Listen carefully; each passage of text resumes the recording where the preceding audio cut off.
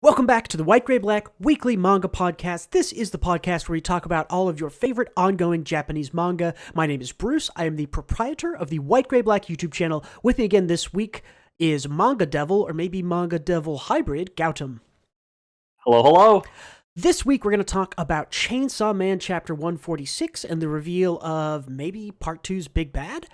Gautam has some suggestions from some commenters and fans, thank you commenters and fans, that he has already dove into and wants to enlighten us on. And we're going to take a look at Chapter 1 of a cute little romance called Sumiki, Ogami, and the Strange Everyday Life, where the main girl is a werewolf. Furries, stick around.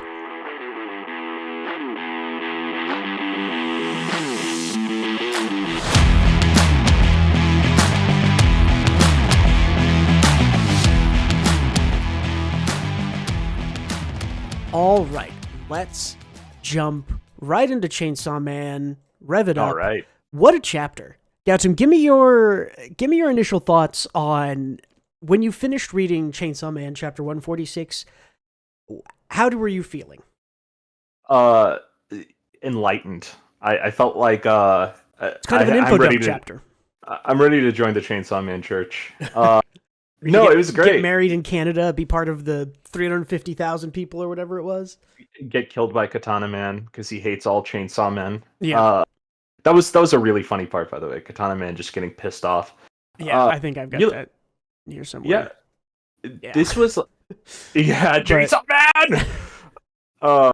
This was a good chapter. It was a good chapter. It was a little bit of an info dump chapter, but Fujimoto is never content to just have a bunch of characters tell you stuff and do a bunch of regular chat bubbles. So he paints it against sort of like exploded buildings and these like riot crowds and people. You literally, while the bad guys are telling you about their plan is being executed at the same time, which I think is a really cool kind of setup for the chapter. I liked, again, like it's in this one essentially, right? They say, he's talking about like the devil they contracted him to was fire. And when he says fire, there's an explosion in a building, 3 panels, a guy's head starts bleeding, and then people got chainsaws coming out of their heads. And to me, this is great too, because this was foreshadowed. We talked about Chainsaw Man, I don't know, maybe 2 or 3 times this year. And every time we talk a little bit about, okay, who's the mysterious other Chainsaw Man person? To me, I think this ties this up. I think the other Chainsaw Man person maybe isn't super important. It's just someone who was contracted with the fire devil who had this happen to them, right? I think it'll be... I think it could. Important. I think it could still maybe be more important. It could be an important character like, oh, this was the first one. But to me... It saved Denji and Asa and killed Asa's best friend, so it has to be like some kind of plot relevant character. Yeah, you're probably right the more I think about it. But I guess it's... I guess what I'm saying is that this chapter, when other people start to become Chainsaw Man, it wasn't like, that's out of left field, that doesn't make any sense. I was like, well, we already know there's another fake Chainsaw Man out there. So to me, it all lined up perfectly. Really interesting chapter. Yeah, we got the Katana Man being pissed at all the Chainsaw Man things. We've learned that the Fire Devil has a power of the more people contracted to it, the stronger it gets. That makes sense to me, like throwing fuel on the fire kind of thing. Although they lose control of themselves. Yeah, like spreading like wildfire. Exactly. There's a lot of sort of like fire-based fire things you could say about having more means that it grows stronger. You know what I think was funny here? Is that everyone around Denji manipulates how strong Denji is at any given time. And let me explain, because in part 1, Makima, at the end of the series, nerfed Chainsaw Man to a fightable level by making Chainsaw Man publicly beloved and therefore not feared. And in this universe, for those who don't know, devils are stronger the more feared they are. So the more humanity fears a certain thing, the stronger that devil is. So everyone feared Chainsaw Man until the end of part 1, where Makima kind of made him to be a hero figure, and then everyone loved him. And that made Chainsaw Man way weaker and capable of being defeated. This is the reverse, what's happening here, where Fami and crew want Chainsaw Man to take out, as we'll see, the Death Devil, and is making it seem like Chainsaw Man is a terrorist or like doing terrible shit by turning other people into Chainsaw Men. Yeah. Therefore, buffing him again. And I like how Denji isn't involved in any of these processes at all. He's just like, I guess I'm stronger, guess I'm weaker. I've never seen that in a manga before, or like a superhero thing or anything, you know?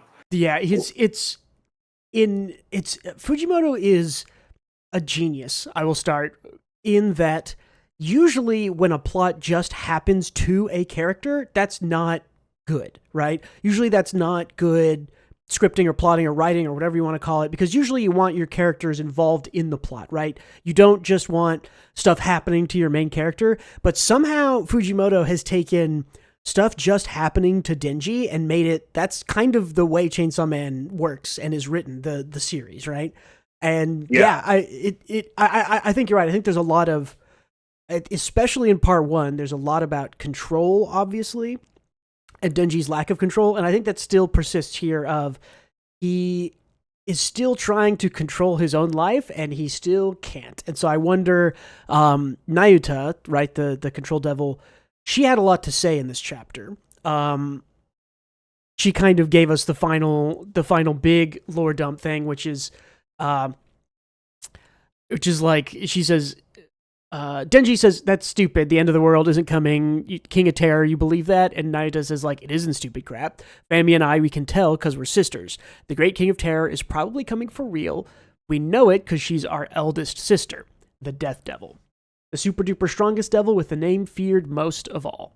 And this is like the number one human fear in census polls. Yes, for sure. It has historically sometimes second to public speaking, which I wonder if we ever see the public speaking devil, because I'm not kidding. That's just my favorite joke about the series. It's the public speaking devil. It is such a classic Fujimoto gag too, right? I legitimately wonder if the end. Okay, I'll throw a long shot out here. We're gonna get to the end of the series. The Death Devil is gonna show up. It's gonna be the strongest because, like you said, death is generally the first or second top fear. But I do believe that in a lot of recent polls, maybe not in the last couple of years, but there was a time where public speaking people were more afraid of public speaking than they were of death. Yeah, and so I'm going to predict that Deus Ex Machina, the public speaking devil, maybe public service. Maybe that's public speak. Maybe public speaking runs public service. All right, we're getting out of hand. I'll back up. I would love to see that as like a gag. Just played off as a gag in this series at some point, because that is such a perfect Fujimoto gag. But yeah, either way, I'm curious to see what the Death Devil is like, because that being the number one human fear, depending on if it's the same in this world, which I imagine it to be because everyone's dying all the time here, it just means that it's the strongest devil, and I can't imagine things being stronger than that fraction of the Gun Devil we saw that killed like thousands of people. Yeah, well, the fraction of the Gun Devil or the Darkness Devil was also just literally very incredibly strong. I would say Darkness Devil, but I don't even know what the fuck he did. Like, he just made a bunch of astronauts and took everyone's limbs off. It's interesting when you think back at that moment. So spoilers for part one. If you haven't read part one, obviously skip ahead or don't. But so remember that the only way that they escaped the Darkness Devil was the fact that Makima was there, and Makima is the control conquest devil, who is one of the top four devils, basically, right? It's war. It's the four Riders of the Apocalypse, right? It's war, famine, control / conquest, and death, right? Those are the four Riders of the Apocalypse. I assume that those four now supersede all other like normal fears, right? Like fire, burning alive, obviously a big fear. Guns, obviously a big fear. I think that darkness, huge fear. I think that Makima kind of showed us in that moment that it's like, yeah, those primordial fears are very, very strong devils, but I feel like the four riders are maybe just like another tier up, maybe. I think, like, in my head, how I perceive this to be is that the primal devils, like the Darkness Devil, are like eldritch beings, which don't really care about like stuff that's going on in human realm. That could be true. Whereas it seems like War, Famine, and Pestilence, they want stuff. They're sentient, and yeah. they want to bring the apocalypse, right, or Yeah. something. Yeah, I wonder. I mean, we're Because learning more Darkness and Devil, more. he just seemed like a fucking Cthulhu-esque figure to me, you know? Yeah, I agree. He didn't. I mean, he didn't say anything. I don't think. Because I think Makima just like talked to him and kind of stole everybody back at that point. Um, but yeah, I'd be curious to see. I'd be curious to see if we're gonna see the Fire Devil. To me, Fire and Darkness seem similar in like that they're both very primordial fears, right? Like, Right. it seems like a very base fear to be afraid of, like darkness, the unknown, fire, snakes. Like, I think that there's a. Correct me if I'm wrong in the comments, but I'm pretty sure there is generally a I don't know how to say if it's a gene or just like there's something in the human brain that makes us naturally afraid of snakes, right? And that's because, the way evolution works, if you were afraid of snakes, you just lived longer, and if you were not afraid of snakes, you died and did not get to reproduce, and that's how evolution works. So It's the same like if a cat sees a pickle, it thinks it's a snake, even cats who have never seen snakes before in their life. It's just like an instinctual instinct. thing. That's the word I was looking for. Yeah, it's just an instinct to be afraid of snakes. So I would wonder if, but we haven't seen stuff like the Snake Devil. We've really only seen darkness of those kind of like primordial fears. I think fire might also be one of those, especially since he's able to contract to like, at this point, probably something like 400,000, at least 350,000 people, right? Because that's what they told us in this chapter. So, Well, the interesting thing about all these fears too is that most of them just lead to death. So right. it's like a hierarchy. It feels like where it's like fire. Yes, it's scary, but you die from burning, right? I wonder how all that works in relation. Yeah, and I saw some fear. comments. I saw some comments talking about this of like, oh, are you actually afraid of chainsaws or are you afraid of death? And it's like, I think there's two separate things, right? Like, you can be afraid of dying and you can be afraid of dying by chainsaw. I think that is separate from being afraid of chainsaws because what they could do to you, or afraid of guns because they can. You're not like, especially with something like chainsaw or fire, right? There's other fear to be had in that the process of you dying by that Is painful thing is worse than a normal death, right?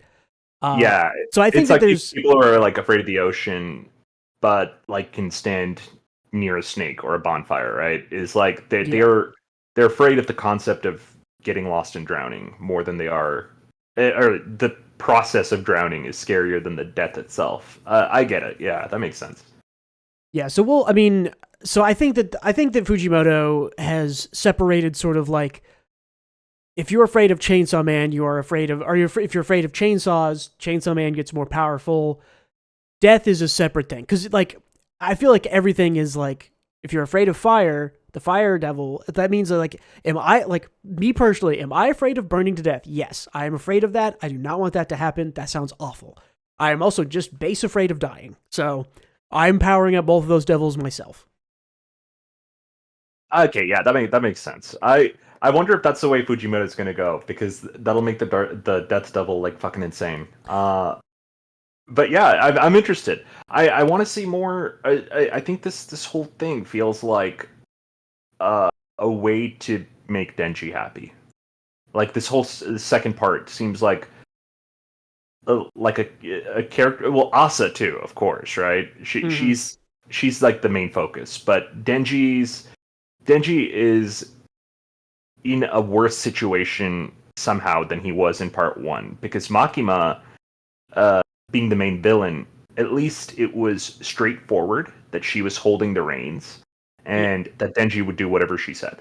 But here, Denji is quote unquote free, but society holds the reins. So he doesn't get society. He doesn't. He was raised by himself in like a really terrible way. So he's still shackled. He still has the leash on him.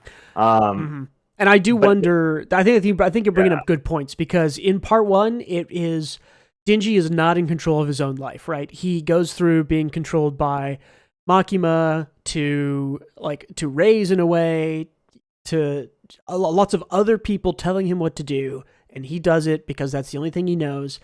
You are very right that in part two, he has control of his own life, kind of.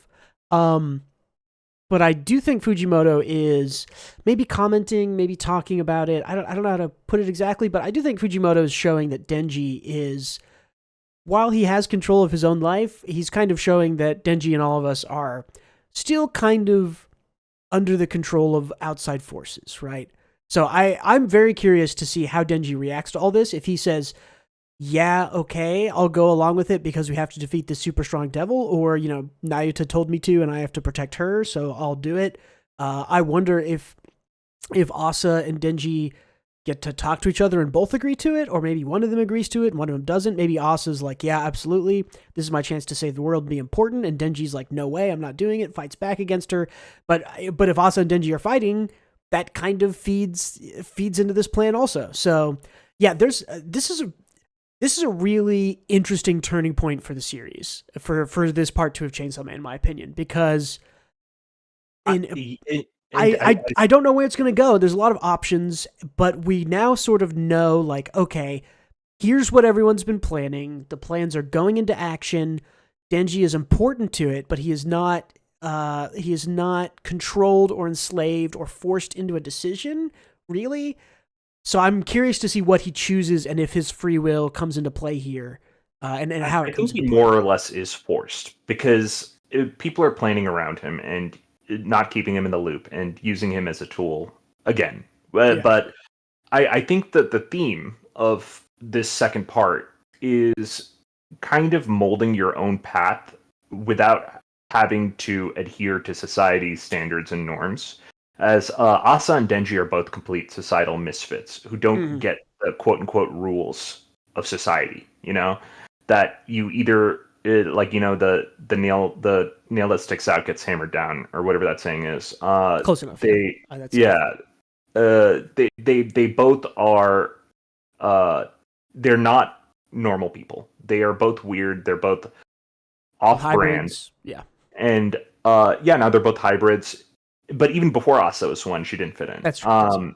So I think this second part is all about not letting society dictate your happiness or your actions in life. I think that mirrors part 1 really well, because part 1 is really about don't let other people control you, and maybe part 2 is about don't let society control you. Or I think it's very straightforward to say, don't let other people control you, don't let society control you, and then maybe there's a part 3, or maybe that's it. I don't know. If there's a part 3, maybe it's don't let somebody else, or choose your own path. I think you're right, though. Two parts, in my opinion, because I don't even know what they would do with a part 3, but it's Fujimoto, so I can't predict it.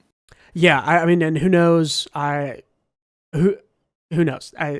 It's a question. Chainsaw Man is good enough and fun enough. I would read it, ad infinitum. Yeah, me too. It's just a great time.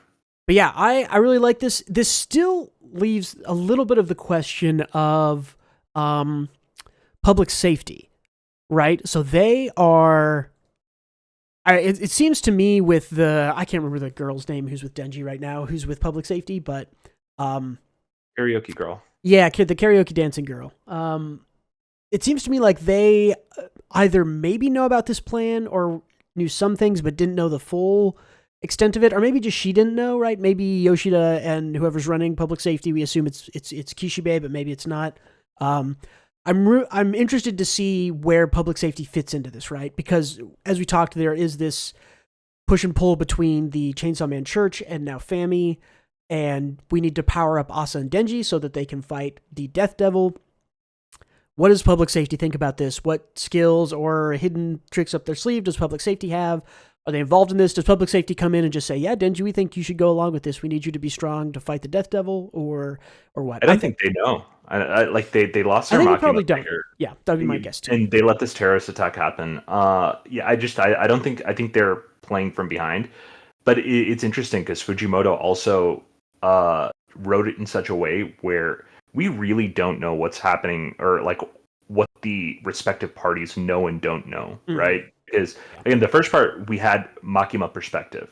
For a little bit of Makima perspective, yeah. Yeah, and while we didn't know her intentions, we knew that exactly what her organization was doing action-wise, more or less. Yeah, But a lot of it. Maybe not all of it, but a lot of it. maybe not all of it. Yeah, but either way, we don't have a perspective into public safety, and the perspectives we do have, it's just scenes with Denji or scenes with Asa Mhm. with octopus guy. I'm forgetting his name, but Yoshida or Yoshida. Yeah, yeah, Yoshida. the octopus arm. Yeah.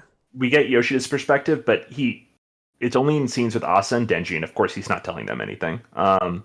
So yeah, the audience doesn't really have perspective on anything public safety is doing right now.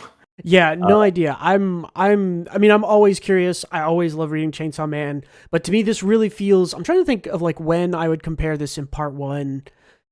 This kind of feels like maybe when like Makima shows up and takes Ray's out, where it's like, oh, okay, you weren't sure, you were maybe, but like now you're sure that Makima's the bad guy. Now it kind of feels like, okay, now we're sure that the bad guy is the Death Devil. Like now we know. Um, that's kind of what this feels like to me as far as comparing it to part one. But yeah, I mean, this is Chainsaw Man is always great. I'm excited to keep reading. I love that we finally kind of got more answers. I like that this was sort of a lore drop, an info dump chapter. But again, like I said, Fujimoto doesn't just info drop in boring ways, right? He's not Togashi who's just gonna write a wall of text. You say this without reading. Do what? You say this without reading Hunter x Hunter. I've seen the pig. I've seen the wall of text. You don't know it's not good. You don't know. I've seen the wall of text that Togashi's written in the past. You just make an assumption. Don't make me Google it. I'll find your Togashi wall of text. You're just being a hipster because he's popular, making the wall of text, and he drew that shitty turkey. Cool. Anything else on Chainsaw Man, Gautam? No, it's awesome. Good chapter this week. Yeah, hey, if you're watching or listening, come leave us some comments. What do you think about Chainsaw Man? Do you think Denji and Asa go along with the plan? I'd love to know how you feel about it. Leave some comments. We got some good comments last week and on some of our older videos too, even, which is great to see. Thank you so much for those. I won't call out names directly, obviously, just because. But if you're doing that, know that we read and saw those. I think I hopefully liked and responded to most, if not all of those. So Gautam, you decided we did a recommends video last week. Yeah. We did our top 10 recommends video. That one is doing pretty well, so we're pretty happy with that. And we got some recommendations from some of the comments, and I was not able to check out all of those, but you were able to check out two of them. So you were able to check out MarriageToxin and Rebuild World. Why don't you tell me about these? These recommendations come from our boy Zach, who stated, I asked him in correspondence with the last episode. I asked him what his favorite underrated manga were. Mm-hmm.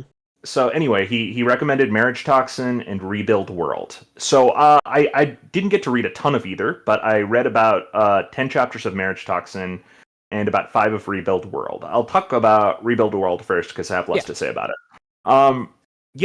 It didn't initially capture me. Sorry. I loved the art. I thought it was actually so damn good. I'm surprised that this is not more popular. I think this is adaptation of a light novel, isn't it? Isn't Rebuild World a light novel? I want to say it is. I'll look it up while you talk. Yeah, but it's effectively like a post-apocalyptic series where future humans are all kind of like hunters and scavengers, and there are monsters around the world. And the MC finds this big-boobed AI program that kind of helps him navigate the world and find old world relics. Old world being, it's like a Star Wars situation where the old world was more advanced. Yeah, it is based on a light novel I just saw.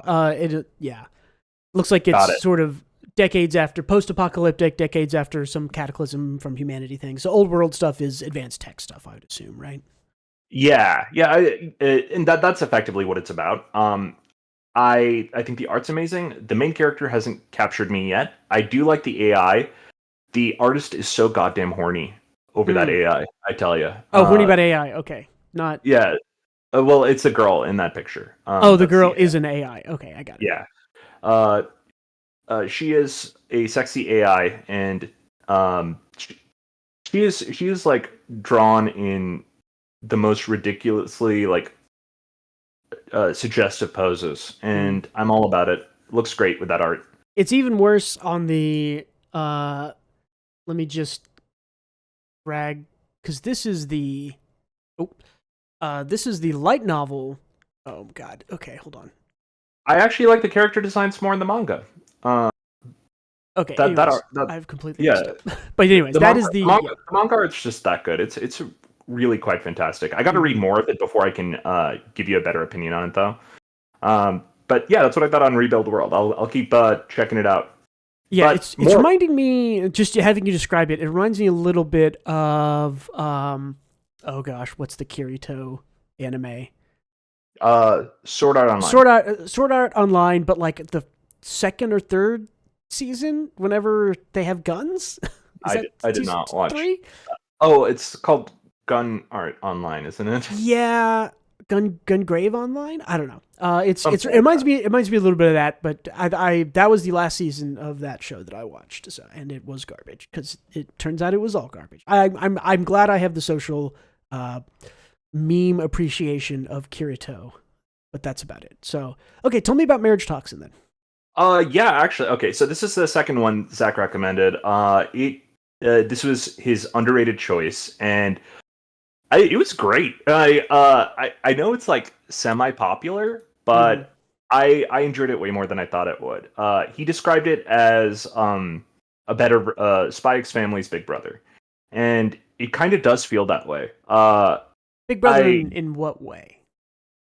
Well, in the fact that it's kind of a goofy premise where the main character is a competent, quote unquote, hitman type character Right. that has to deal with the mundanity of real life situations.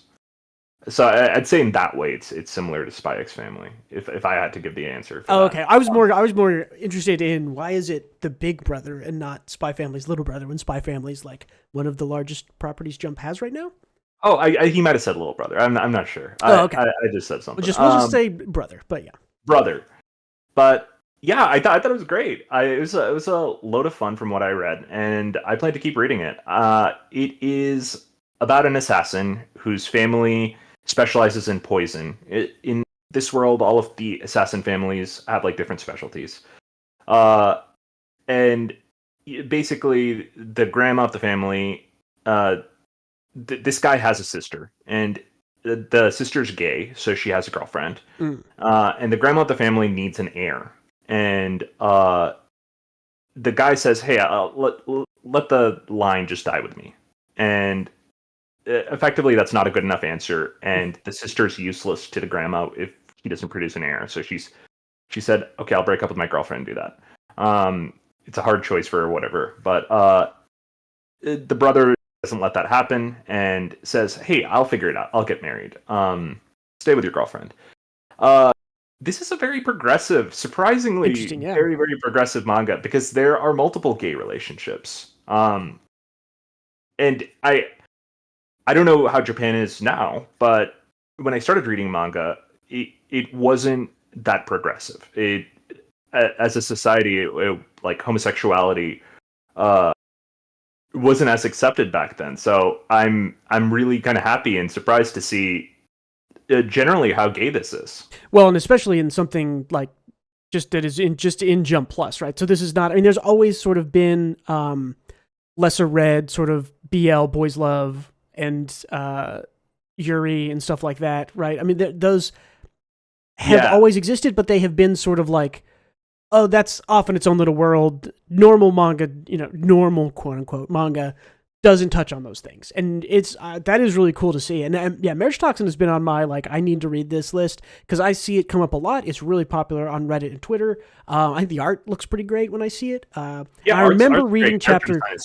Yeah, because chapter 1 happens on like a boat or something, right? Or he like kills people? No, it's like in a laboratory. It's in like a laboratory. Okay, I'm remembering some kind of like dinner table murder scene in the first chapter or two that I read. I don't know. That was in there. That's in there. Okay, I'm like I know that I've read a couple of chapters of this, but I think it was right when it came out, so maybe 2 years ago at this point. But yeah, sounds really good. I'm really excited. Jump Plus has been it's genuinely funny too. Yeah. No lie, if I wanted to tell someone to just start reading manga, I would probably just be like, go to Jump, go read all the Jump Plus stuff and see what you like. I don't think I would turn them straight onto Weekly Shonen Jump. I think Jump Plus, by maybe not on average, but I think overall there's more good series on Jump Plus than there are in Weekly Shonen Jump right now. I'd have to actually count them up, but I think I can say that.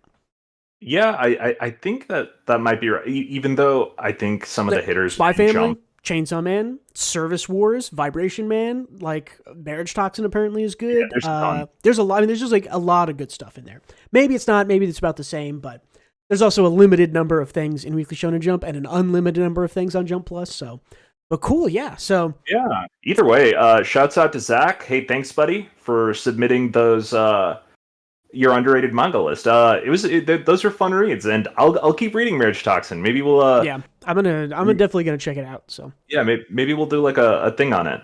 That'll be cool. cool. All right. What do you got? Yeah, let's go into the last thing. So the last thing on our list for today is a series called Sumiki Ogami and the Strange Everyday Life. This is by an author named Miyu Yeah. Morishita. This is, I believe, what I assume to be a romance rom-com with a werewolf girl and a normal boy. And the sort of premise here, real quick, is that in the first 2 pages, it's like, hey, monsters exist now, and they exist in everyday life, and they're sort of normal people, and there's monster people. All right, starting the story now. It just gives you a little rundown of it. Our main character is sort of a socially awkward, maybe a little neurodivergent type who goes to, I believe he's starting high school, but he leaves his middle school and like goes 2 hours away because he thought that he messed up a bunch of social situations. And we see him throughout the chapter kind of get some texts from his old buddies, and they're like, he'll never show up, he left us, blah blah blah. But he meets this girl, Sumiki Ogami, who is a Genjin. Genjin is the name for the monster people in this world, which I know Jin is one of the parts of human, maybe, or person, something like that in Japanese. So Genjin, I assume, is just like monster person, monster human, something like that. But she's a werewolf. She's got really big feet. There's a little bit of feet fetish in this. Fair warning. If you're a furry, also, there's a little bit of that in here. But is this furriness? Is this technically? Yeah, she has a tail, Gautam. I mean, she looks like a human. Is that like technically furry? She has a tail and ears and claws. We need to get some scientists on this. We need to get some. Hey, if you're a furry, leave us a comment. Does Sumiki Ogami count? Are you in on this? But anyways, I thought the series was really cute. I liked it. I appreciated it. I thought the character stuff was good. The main character, while he is that sort of kind of quiet, socially awkward kid that you see a lot in shonen romance, he was a little bit more proactive and went out and got there. I mean, he talks to the girl. They just have a normal conversation. There wasn't this awkward sort of stuff. But he is a little social awkward, but he's more realistic, I guess I would say. I thought the girl, again, she's sort of the outgoing type. But yeah, I thought here's the feet stuff. I don't know why I actually took a picture of it, but I had to warn people about it. So, but yeah, I thought this was really cute. I liked it a lot. Curious to read more of it. How'd you feel about it, Gautam? I actually loved it. I didn't expect to, but I loved it. I thought it was great. I thought the main character. Sometimes I feel this way, but I felt like it was me on the page. Because he was so relatable to how I felt as a kid.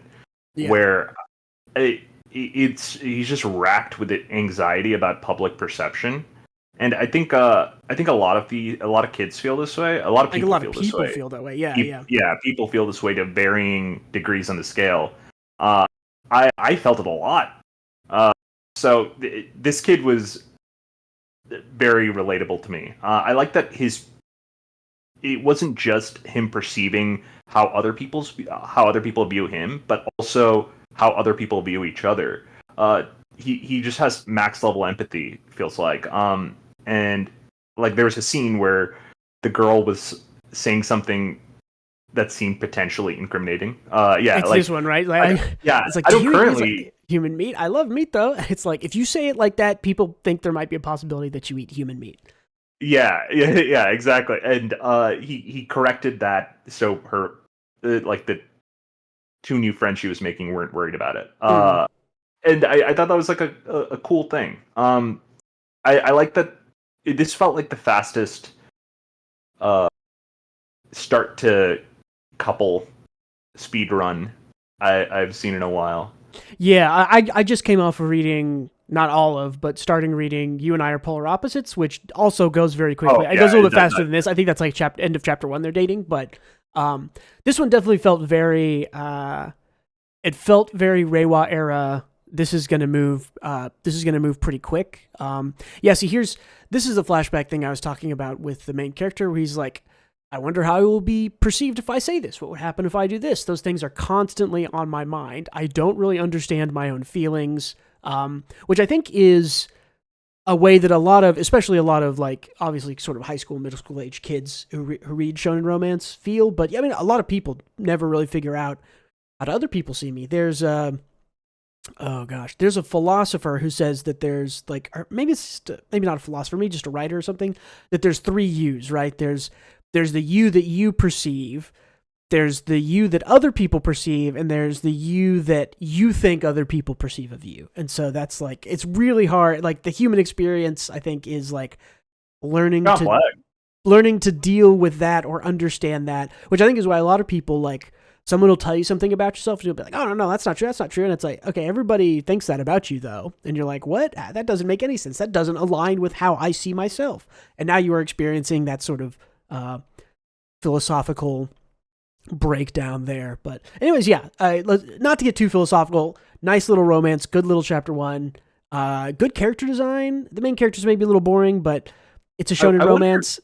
I wonder if we get too philosophical about these, because I feel like the author is trying to I think they're angling for stuff like that.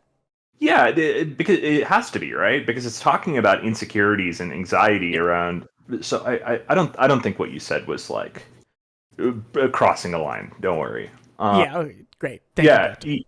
Well, I'm just reassuring you that it's not too philosophical. Yeah, I know, but I agree. The author is definitely trying to comment on self-perception and how other people perceive you, and how do you come to terms with maybe ignoring that. Like the wolf girl, just the main character seems to think, oh, the wolf girl just ignores how everybody feels about her, and she's able to live this free and wild life. And I think we're going to come to find, based on what the wolf girl said and some other stuff, that it's like she does have concerns or other concerns, right? There's obviously other issues she has, being sort of she's a monster girl, which is still kind of an outcast class from what I gathered. So and I think that it touched on that a little bit in like one of the mini flashbacks where the guy said, it's like, yeah, you must have a hard time like having to adapt to everything. And it's like, no, like humans are the adaptive ones. They have to adapt to everyone else. I thought that was a really interesting line too. Yeah, she's like, no, my life's easy. I'm just like, I'm a monster girl, and that's who I am, and I have to deal with that. And you humans have to be able to sort of play around, and you can be whatever you want, right? You're more malleable or something. So I think that's part of what I really liked about this chapter 1, is that it wasn't just it isn't just fluffy romance. There's obviously something going on here. This author has comments on all of those things that we've been talking about. So I think it's one of the reasons I liked it. I thought it was well written and good comments about those things. That dude would absolutely have broken ribs from that jump, by the way. But also, like, this is a cool panel. Like, and it's this is a cool panel. And I like the art in this. It's a neat little panel. But yeah, I mean, so I really like this series. Me too. I believe this is great. Yeah, still fan translated, so I'm hoping they pick up some more. I don't think this is one of the Jump Plus ones, but no, I think this is something else. But anyways, yeah, I really like this. Anything else on Sumiki Ogami and the Strange Everyday Life, Gautam? No siree. Let's go next. Cool. All right, let's hit the news. We got a leak and then an announcement a day later of Blue Box getting an anime from Cloverworks. I'm excited for this. Oh, hey, that's a great one for Blue Box. Yeah, I'm excited for that. I think Blue Box is consistently one of the best shonen romances for sure going right now. I think I talked about it. We talked about it a month or two ago because they had a big confession that happened. It has also evolved. It has reached sort of a second season, quote unquote, in the manga. So I wasn't sure how long Blue Box was going to last. If it was just going to be kind of a quick, tight, here's their relationship, they get together, they go through a little bit, and then it's over. But essentially, Only maybe like 3 or 4 chapters ago, they moved on to, they moved up a grade. So the boy is now a second year high school. The girl is now a third year high school because I think she's 1 year older. Got it. And they had a bunch of younger people come in who are just like, they basically just like introduce new characters. There's kind of a whole new plot stuff going on. So I think Blue Box is here to stay for maybe not a good long while, but I mean, like it's gonna do another 100 chapters, 150. Yeah, do chapters another at tour, least. right? Yeah, Yeah. it's gonna do another year. And if we follow the main character all the way through high school, there will assumably be another year, maybe where the girl goes off to college and they're still dating or something. But the side characters are really great in the series. It's a really good one. I would say if you are curious about Blue Box, I would not go and start the series. I would go and read the one shot if you can find it. I think the Blue Box one shot is on Manga Plus over here in the West or on Viz. It's either on both of those or at least one of them, because that one shot is one of the best one shots I've read of the past couple of years. I think at this point it's maybe 4 years old, 3 or 4 years old, but it's a super, super great one shot. And the manga definitely keeps up the quality, and the anime I think is going to be big. I think Cloverworks, like you said, is a good studio for it. This is as far as shonen romance, it's been a while since we've gotten something that's going to be sort of as good and straightforward as Blue Box is. So I am excited for that. Yeah, good series. What else? So we have an announcement for The Boy and the Heron, which is the latest Ghibli movie. Came out around a month ago in Japan, I think. We're getting it here in the West on the first week of December, second week of December. Started December 8th, I want to say.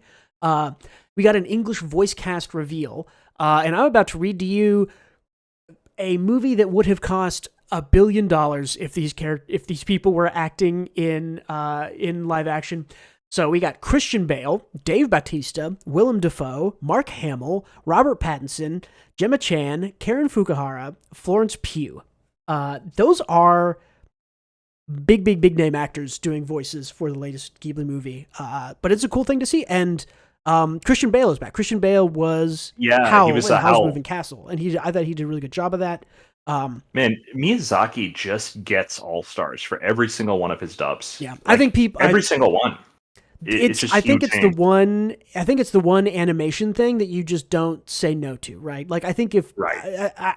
maybe like Pixar is another one, maybe not anymore, but it used to be like, yeah, if now I think Ghibli, especially in the West, just holds, even if you don't know or I like think anime. Ghibli always has. Like Ghibli for some reason has always held just a huge, like it's just been a huge name because Yeah. even like Howl's Moving Castle, Nausicaa had huge names. Did like, it really? Who was in Nausicaa? Now I'm curious. I want to.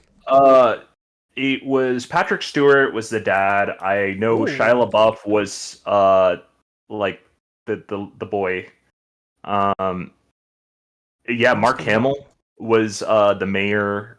Oh. Edward James Olmos. Yeah, I don't know how he does it. Okay, Like yeah, Nausicaa was his earliest work. Yeah, 84. I mean, it was translated later for the Western audience, I think, because that came out in 87, I think, in Japan. So I think it was early 90s, maybe, when it came to the West. But yeah, especially That's ever so since surprising. Yeah, especially ever since we hit Princess Mononoke and then Spirited Away, like 2 or 3 years later. The 1-2 punch of those two movies, which are like I think by far his best two. Like most people will choose one of those as their favorite.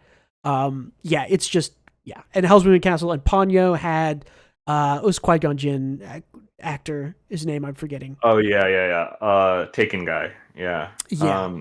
Liam Neeson. Liam Neeson. Yeah, Liam Neeson was in Ponyo. Tons of big and yeah. So I'm excited to see this. I think I will probably not get to see it. We might be able to make it. I'm leaving for Japan the day after, so this comes out in December, so we'll see. But yeah, super excited for that. What else we got in the news? Chainsaw Man has won the Harvey Award for Best Foreign Media for the 3rd year in a row, and people on Twitter did not like this. Harvey Awards are a Western... Actually, who cares what they think? Yeah, well, and also, I understand where they're coming from, I will say, because Chainsaw Man has won this 3 years in a row, and Chainsaw Man has been good, but I don't know if Chainsaw Man deserves. I think Chainsaw Man probably deserved to win 2 or 3 years ago, right? The first time, right? Like, yeah, the end of that Chainsaw Man Part 1 is probably what it won for. Absolutely give Chainsaw Man the award for the best Western thing. The year after that, yeah, I don't know. Start of Part 2? I don't know. Honestly, people just need to be happy that something that is good won. Because well, no, I mean, there are other... Well, we can look at... Hold on. Let me go find the Harvey Awards for 2023. Because I think the more the issue that the people have is that the sort of best... the best manga award that they give is sort of... uneducated, I guess. They aren't actually looking at like, oh, what's actually the best thing being published, or let's like, get a broad taste of lots of different things. So the nominees this year for best manga, 2023 was Cat and Gamer by Wataru Nadahani, Chainsaw Man, Goodbye Eri, Shuna's Journey, which is a Hayao Miyazaki thing, and Spy Family. So it's like, okay, so it's like mainstream stuff. It's just like incredibly mainstream stuff, and not even like I would have picked Chainsaw the best Man mainstream out of stuff, that right? Like I probably would have picked Look Back, but yeah, I guess I don't get their perspective because nothing has mattered. Nothing has mattered less than this. Yeah, you have to really be careful if you like the Western awards. They like to give out one award to manga or to sort of Asia groups. They are usually not very good because the people who are actually nominating or reviewing or I guess nominating is probably the best word. The people who are doing that are Western comic aficionados. They don't know much about manga. They might read sort of the really popular stuff that comes out. If somebody tells them something new, they might jump into it, but these people are reading, there's tons of Western comics that also come out, by the way. So these people, maybe they're reading Chainsaw Man and Spy Family and maybe one or two others that some artistic person put forward. They're not reading it. That's fine. Chainsaw Man's great. I don't see it. I don't see an issue. And also, I don't think this matters even in the slightest. I think that's the key point, is that you just do not invest yourself when a English speaking comic awards show gives only a single award across every single manga. Like, can you imagine if Japan was just like, hey, here's our manga awards, and we're going to give best comic to Batman. And like, who cares? Like, they obviously are not reading enough stuff to know that like Batman was not the best thing published this year. I mean, maybe it is. I actually don't read Batman anymore, but anyways, don't invest yourself too much in the Harvey Awards as a manga fan, I will say. We got a trailer for Scott Pilgrim Takes Off. Hell yeah. Hell great. Yeah. Yeah, speaking of great voice casts. Scott Pilgrim's great. Yeah, speaking of great voice cast, that has essentially every single actor from the live action Scott Pilgrim coming back to voice their characters. I think it looks great. I think this is a better medium, even though the best, I will say this, the Edgar Wright's Scott Pilgrim live action movie is, before One Piece, probably the best comic/manga to live action adaptation I had seen. That guy understood how to do what a sort of flashy, fun, action-packed comic in live action should look like. It was amazing, and also still way worse than the comics. And it's just the unfortunate reality of having to fit the whole comics contents into a movie length. You just miss out on a lot of the depth and character building and kind of the heart of the story. It's just inevitable. You can't do much about that. But abbreviating it that much. Which is why I'm glad we're getting this, which is just a full adaptation of the comics. We get the length that we need, and we get a good studio behind it. It's going to be awesome. Yep, should be good. And Edgar Wright's back. That's perfect. Mm-hmm. Eddie Wright and all the actors, it's going to be really good. I'm excited. We should. I need to read Scott Pilgrim. We should maybe read that. I'll read that and maybe talk about that. Maybe when I go to Japan. We'll see.